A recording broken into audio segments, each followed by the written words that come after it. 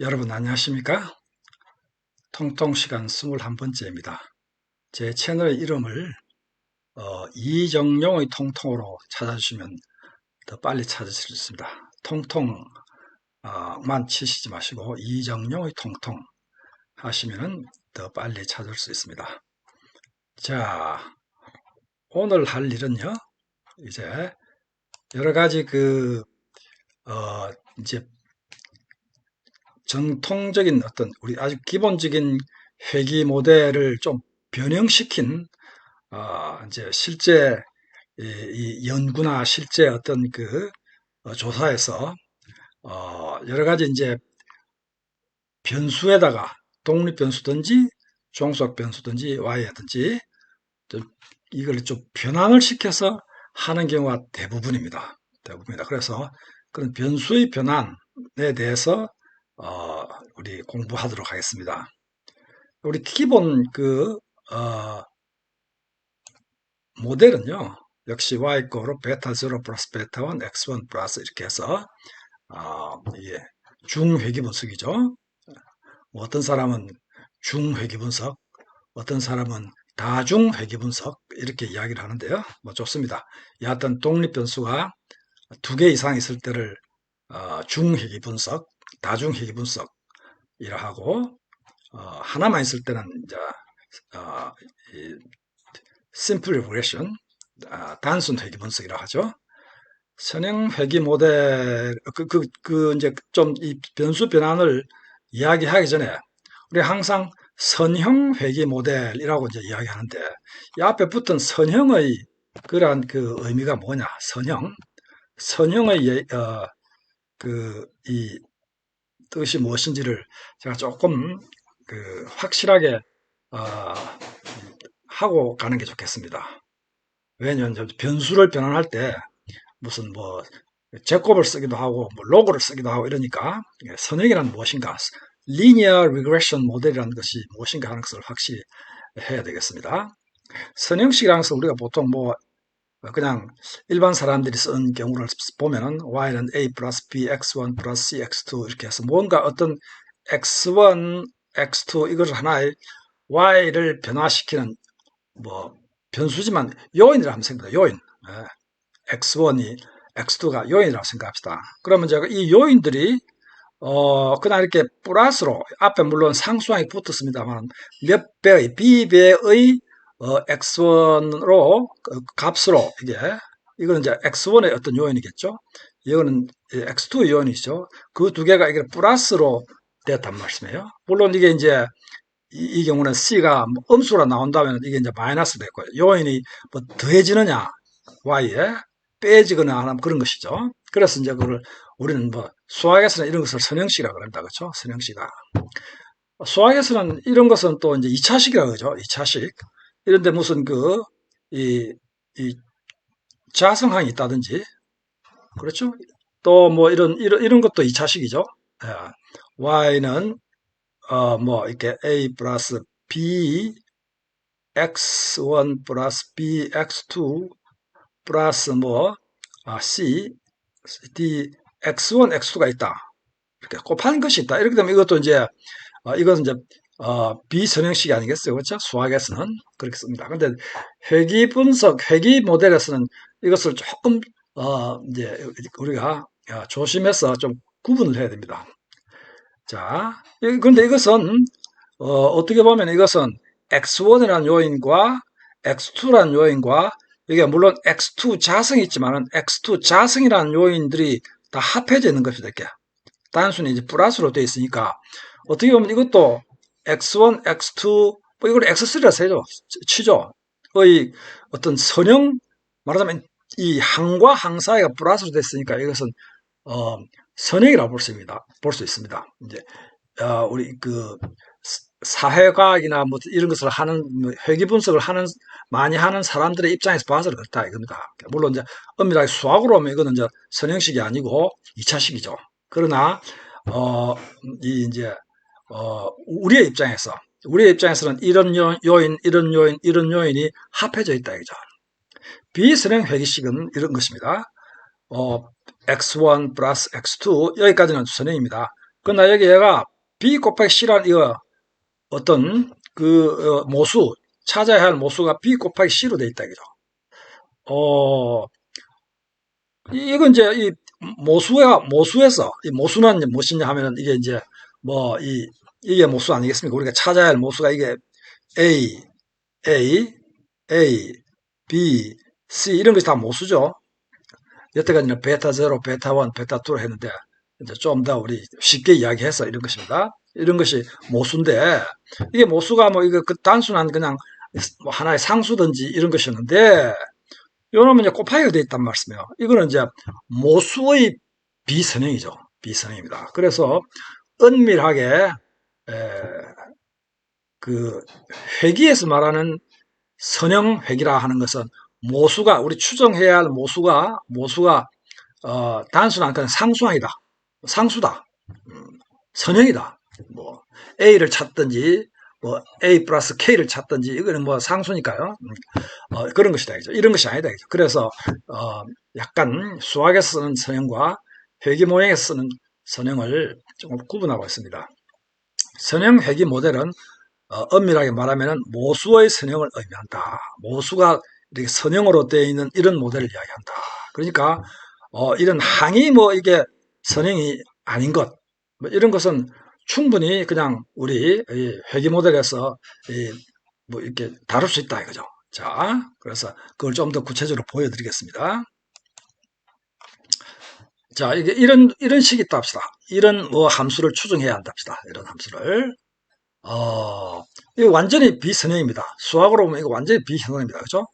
완전히 그냥 곱하기로 되어 있고요. 여기 막 위에 무슨 성이 되어 있고 이렇게 베타 원성, 베타 투성이 돼서 완전 비선형입니다. 그러나 이것을 우리가 잘 알지만 그 로그 함수를 쓰면은 양변에 로그를 취하면은 로그 y는 로그 b 베타 제로 플러스 이렇게 곱하기는 전부 플러스로 되니까요. 로그에서는 이렇게 되거든요.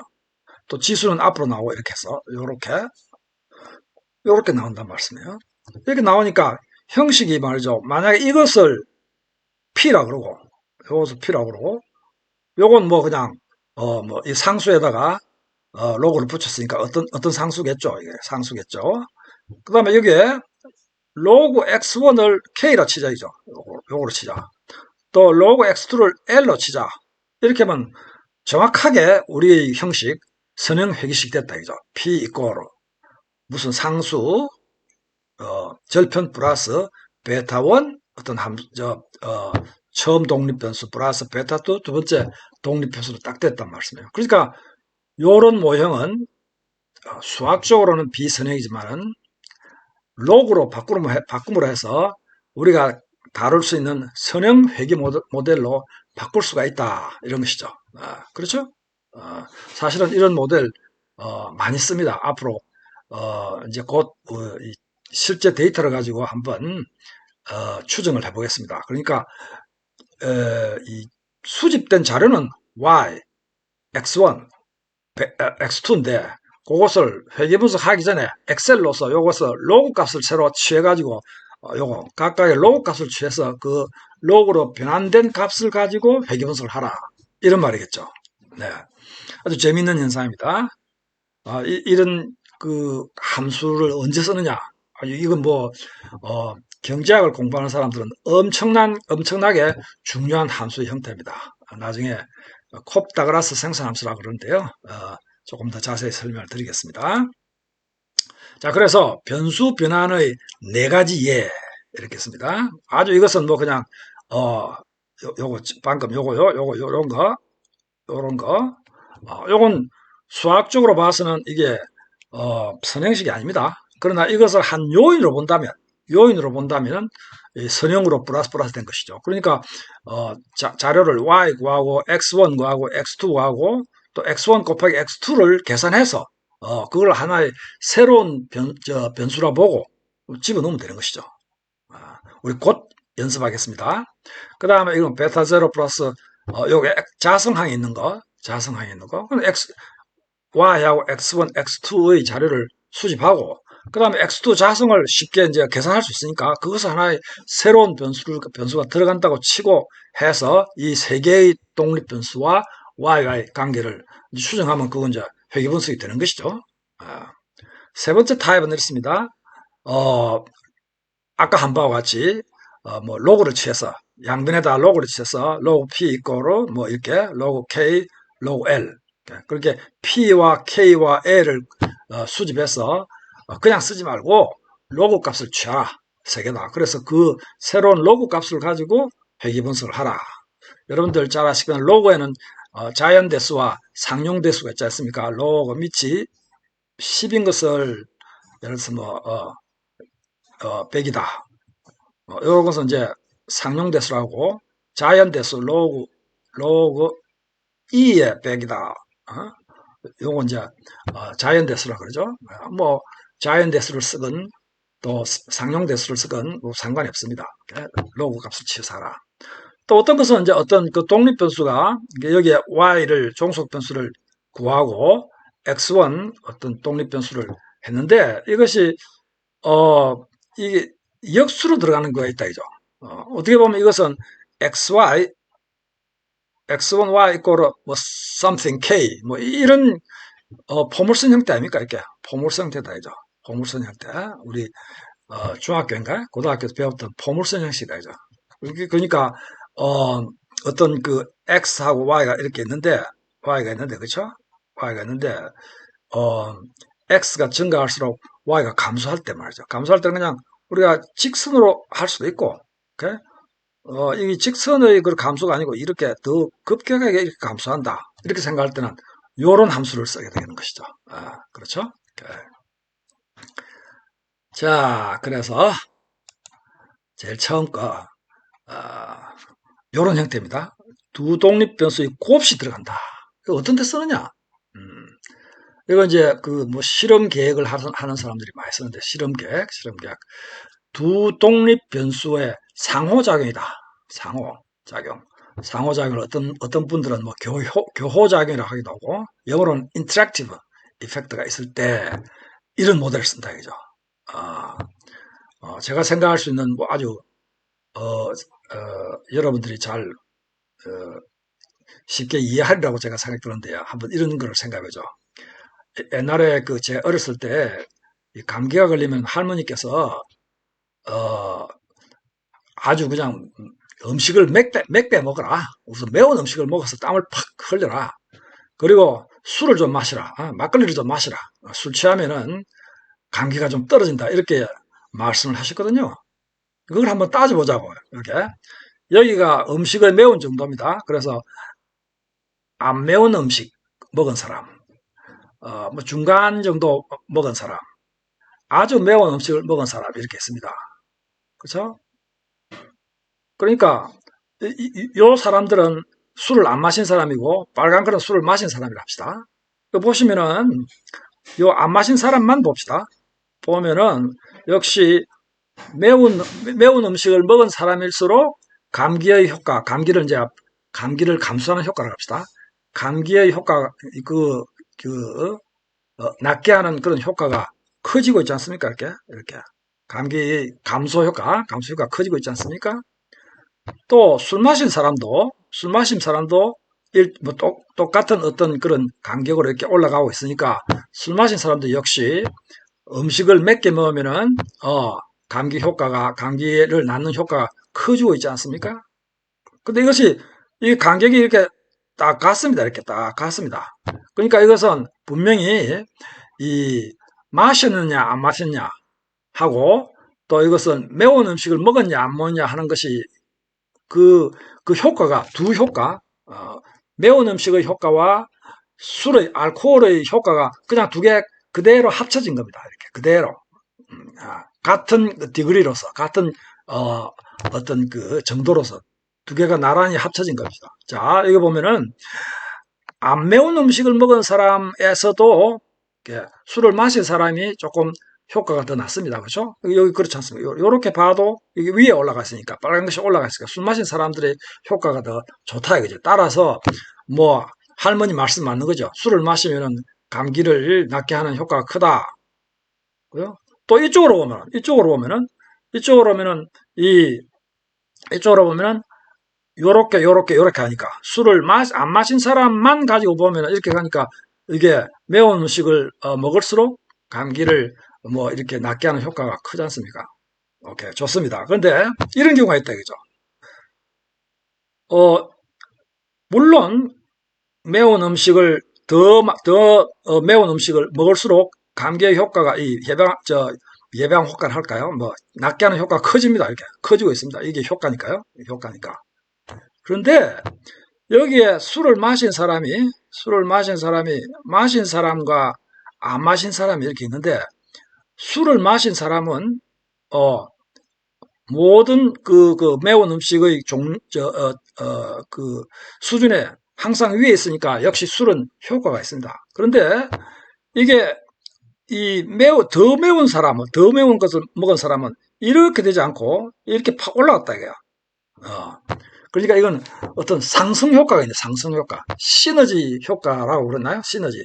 두 어떤 요인이 있는데, 이 두 영향이 그냥 플러스 된 것이 아니라, 뭐 이렇게 팍 더 올라갔다, 이거죠. 이것을 우리는 상호작용은, 양의 상호작용이 있는 것이죠. 우리가 예상하는 것보다 훨씬 더 올라갔다, 이거죠. 그렇습니다. 그렇죠? 근데 음의 상호작용이 있는 수도 있습니다. 그렇죠?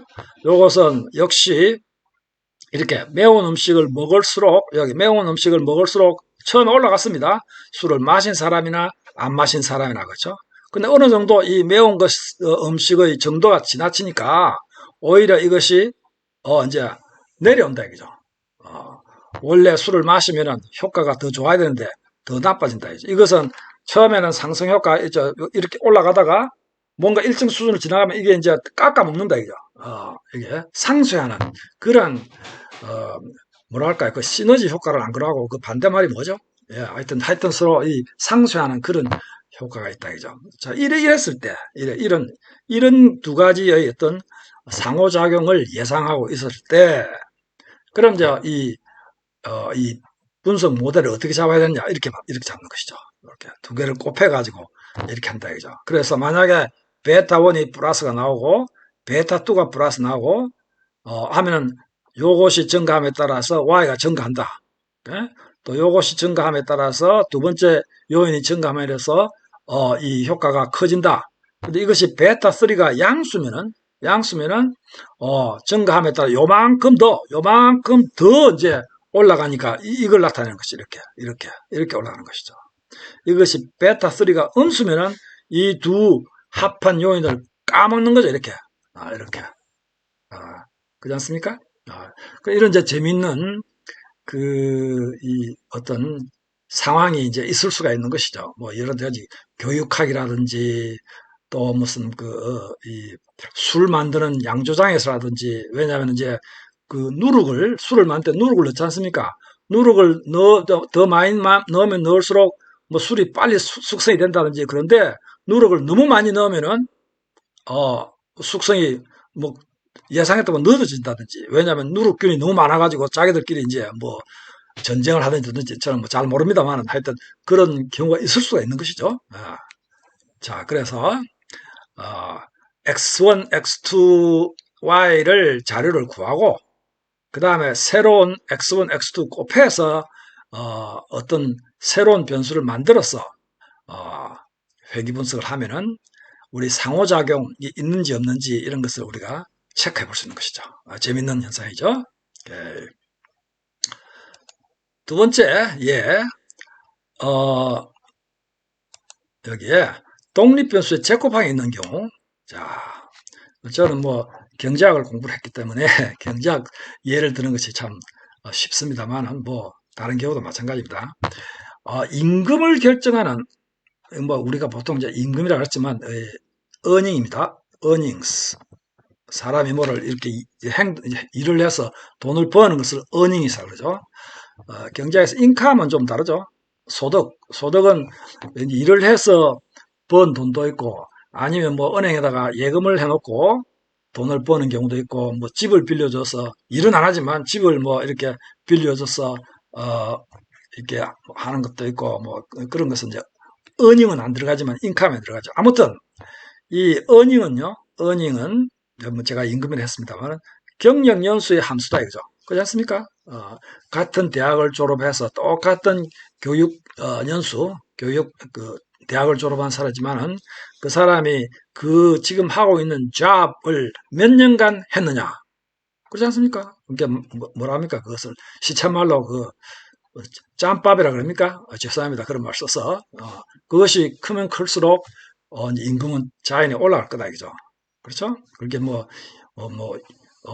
신입사원이냐, 같은 대학 졸업지만, 혹은 2년 근무했냐, 5년 근무했냐, 따라서.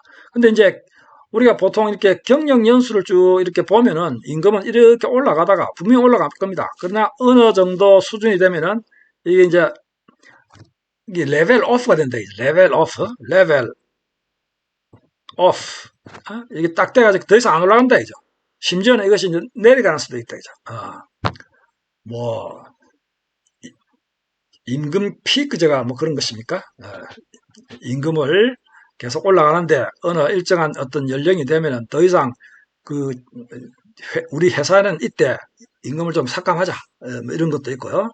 아무튼 뭐 이렇게 사람이 이제 차차차차 사람이 이제 이 근력이 좀 줄어들고 또 이제 머리가 빨리빨리 안 돌아가면 자연히 이제 이게 아무리 경영이 올라가면 그 생산성이 좀 떨어질 경우는 아닙니까? 그러니까 임금이 생산성을 이제 대표한다 그러거든. 이게 작년에 좀 이렇게 내려가는 것이 마땅하겠죠.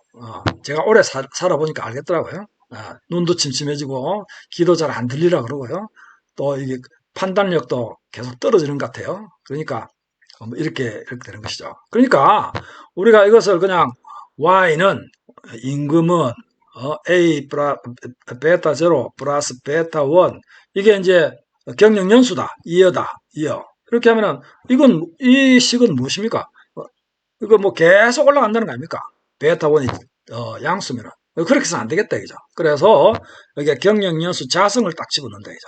자성. 자, 임금은 교육 수준과 경력 연수의 함수인데 경력 연수의 자성을 합한다 이죠. 그래서 이거는 플러스가 나오겠죠. 교육 수준이 높으면 높을수록 임금이 커질 거고 경력 연수도 이것이 플러스로 예상이 되고 그러나 경력 연수 자성에 붙는 것은 마이너스로 예상이 된다. 만약 이것이 맞다면 경력 연수 갈수록 증가하다가 이것이 내려간다. 혹은 증가 속도가 점점 줄어든다. 이렇게도 볼 수 있겠죠. 이렇게 한번 데이터를 가지고 한번 해보겠습니다. 제가 만드는 데이터입니다만 엑셀로 가겠습니다. 여기에 소득 자료가 있습니다.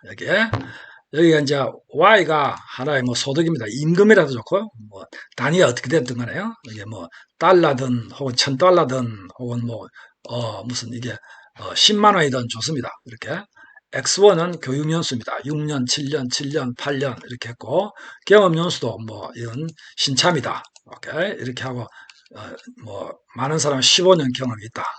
그리고 이제 경력 자성을 이렇게 했습니다. 이렇게 자성. 그리고 이건 단순히 이것의 자성입니다. 여기에 보시면은 여기에 바로 이제 E5 자성 이렇게 공식이 들어있으니까요. 이렇게 됐습니다. 그래서 5년은 25년. 그렇죠? 이렇게 11년은 121 이렇게 됐습니다. 그래서 회귀 분석을 해봤습니다. 간단하죠? 그냥 회귀 분석이라는 것은 그렇죠? 데이터 아날리시스, 데이터 분석 가서 이렇게 여기에 회귀 분석 가서 확인. 당신의 자료가 어디 있습니까? Y가 어디 있습니까? 요것입니다. 쭉 내려가고요. 이렇게 내려가고 또 X가 어디 있습니까? X는 여기 있습니다. 그러니까 이제 X1, X2 자성 여기까지 합해야 되는 것이죠. 세 개의 변수를 이렇게 해서 하고 이름표가 있습니다. 그리고 당신의 자료를 결과를 어디 담으립니까? 이렇게 해서 적당하게 가서 이제 예를 들어 적당하게 가서 이렇게 가서 확인하면 이렇게 나오는 것이죠. 이렇게 나옵니다. 그래서 그것이 이제 여기에 나와 있습니다.